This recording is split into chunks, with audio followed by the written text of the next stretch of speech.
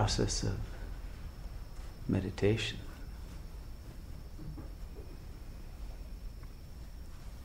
Is that of realizing our real self. Because most of the day we live behind a mask of a false self that defends us against either real or imagined attacks or deceptions or difficulties in life, negative projections and rejections, and all of our fears and anxieties projected out into the world. And because we are doing that, our energy is dissipated. And we get exhausted, burned out. We lose ourselves. And so when we come to meditate, we come to refine ourselves, to pull our energies back inward to our center, to be balanced, and to regain the wholeness that we had lost during our time in the false self. Until eventually we don't ever leave the real self, because we understand that there is no need to do that. But we are trained early in life to wear this mask and pretend it is our real self. And we have accepted it for so long that we no longer even realize it's a mask. And we think it is all there is, and there's nothing else behind it. So there's the terror of taking it off and not knowing who we are, because our conscious mind has forgotten. But the real self never forgets. The real self always knows and is free of falseness, free of fear, free of desire, free of any of the pathologies of the false ego. And because we don't have to create a real self, it's already there. And just by knowing that the ego is false, we can detach from it and experience our liberation now. It doesn't have to be a struggle.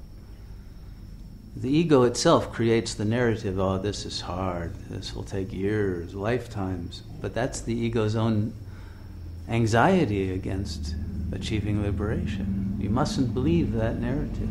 There's no truth to that. This is the easiest thing in the world. What could be easier than realizing who you are?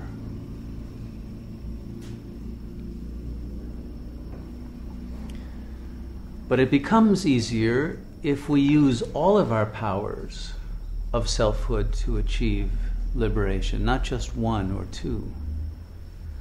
And so I suggest that in the meditation tonight, we combine love and will and knowledge in our meditative process.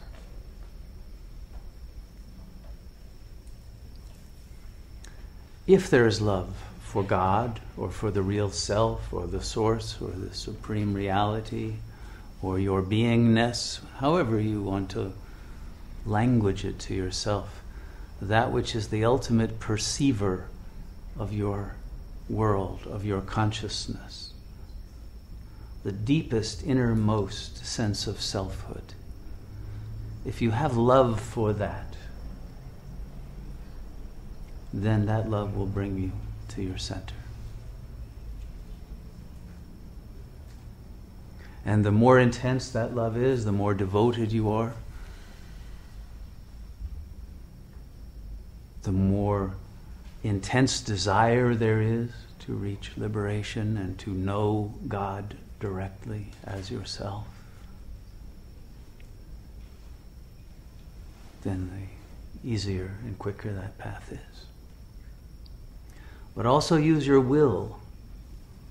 When there is resistance, use the willpower. There's a margin of free will that can overcome the fear and bring you there more quickly. Use your will. Some people use only will when they're meditating, and then it's a real fight against the resistance. But if the will and the love are combined, then it's an easier way But if you also include knowledge,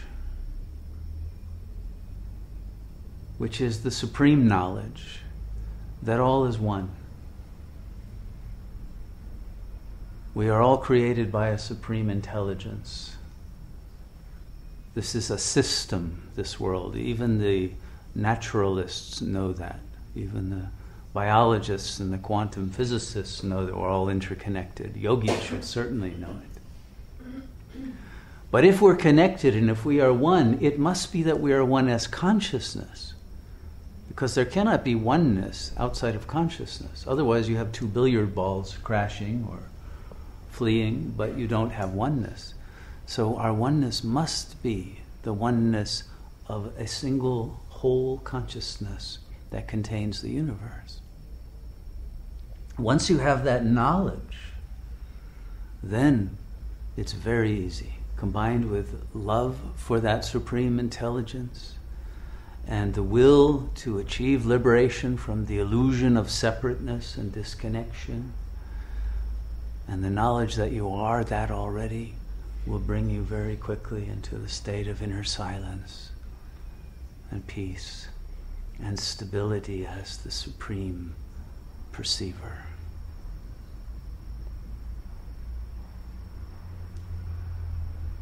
And so use all three. And if you don't have that knowledge yet, then use faith. And if there isn't faith, have interest in discovering the truth. This is where Ramana's methodology comes in. He said you don't need to have any belief. Just ask the question, who am I? Who is the ultimate self that is perceiving the universe? That's all. If you have enough curiosity to discover the truth, like a scientist would, you will get there. So you don't need to believe anything. You don't need to have any religious creed about this. Just have an interest in discovering the truth of your being. But to discover the truth of who you are, you have to let go of the representation of who you are. And Ramana makes a distinction between the real I and the I thought.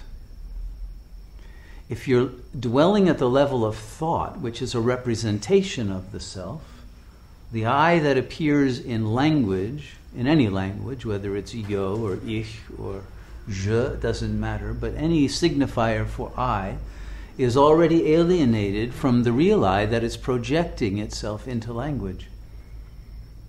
And because we're addicted to language, to thinking, we never find out who is thinking. We are simply trapped in the thoughts which are already containing the false assumptions about who we are, the false self-images and self-concepts that were imposed on us in childhood, that we complied with. You're like your Uncle Joe. Okay, I'll take on all those qualities. You know, you're like this person, you're like that. Don't be a brat, you're being bad. All of these signifiers that we get in childhood, they stick to us. And then we start acting out the role that our family tells us that we are. And fighting it, but being trapped in it. And so all the fears, the anxieties, the desires, the pathologies come from accepting a role that was ready-made and handed to you in childhood. And whether you were the scapegoat who could do no good, or you were the favorite child who could do no wrong, you're still trapped. Neither are true. Whether your handcuffs are made of iron or made of gold, they're still handcuffs. And so you have to break free of the self-images you got in childhood to discover who you really are. And then you will discover that what you are is not even the body. What you are is eternal. And that everything outside of consciousness is a myth, including space and time and history and all of the narratives we have about reality. If you go deep enough, you will see that none of that is ultimately real.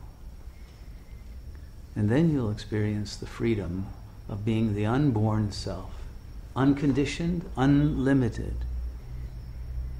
and unaffected by projections of others, and completely fearless. And once you have realized that and gained access to that level of yourself, you'll never come back into the ego, because you wouldn't want to lose the peace and the empowerment and the joy that comes from knowing who you really are. And so then just sit and be. When you reach that and you realize it, you'll feel the energy. Be that. The Shakti will flow. The energy that flows from the source then will move through you. It will fill you. It will fill your mind and your body. And you will stay connected until you completely immerse yourself in the source. So there's nothing to do but be. And in that state,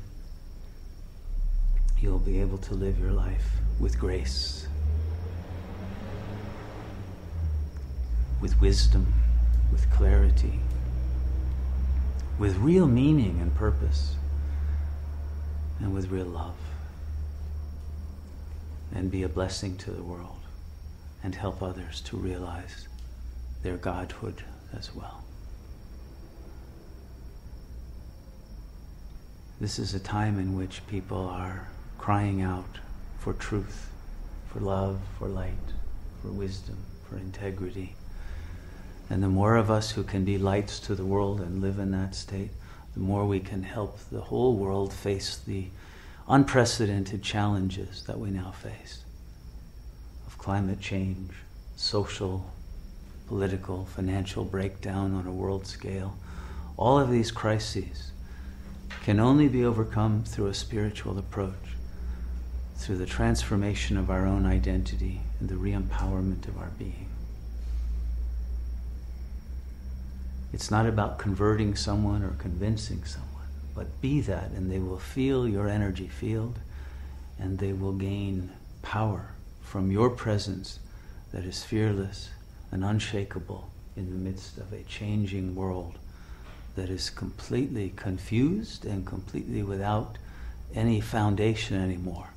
Because people have lost touch with what used to be called the Rock of Ages. But they're now building their lives not on that rock, but on the sand that gets eroded in every hurricane and puts people underwater. So build your life on the rock. Realize you are that rock. And you will be able to bring many others to safety. So let's meditate.